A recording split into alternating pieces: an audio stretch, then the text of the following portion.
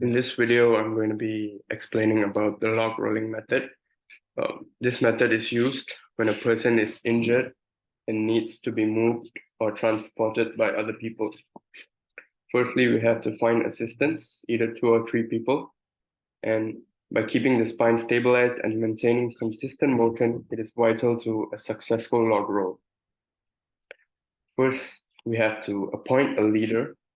The leader will be in charge of coordinating movement and maintaining the patient's head and neck alignment. I'm going to show a picture of an example. So the leader is basically this woman who is taking control of the head and neck alignments. Next, the other helpers will take the orders from the leader and perform tasks such as rolling the injured person onto their side, inserting a stretcher underneath them, or performing bandaging if necessary.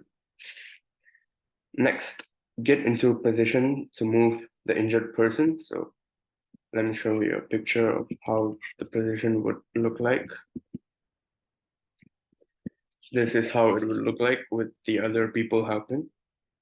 And the leader will be positioned at the head, and the leader will place their hands on each side of the injured person's head, making sure their head is facing straight ahead.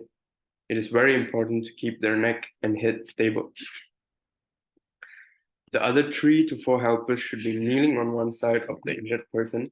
Each helper will be in control of moving a different portion of the injured person's body, and the helpers should be spread out evenly.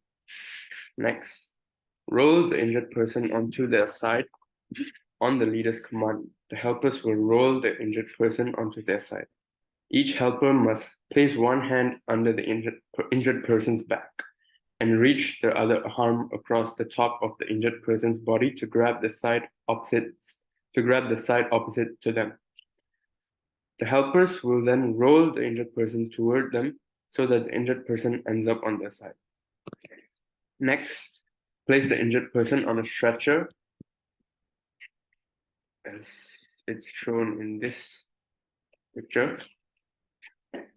Place the injured person on a stretcher, and once the injured person has been rolled onto their side, the designated helper will slide the stretcher underneath them. The rest of the helpers will then roll the body back down onto the stretcher. That's basically how you would log roll a patient. Thank you.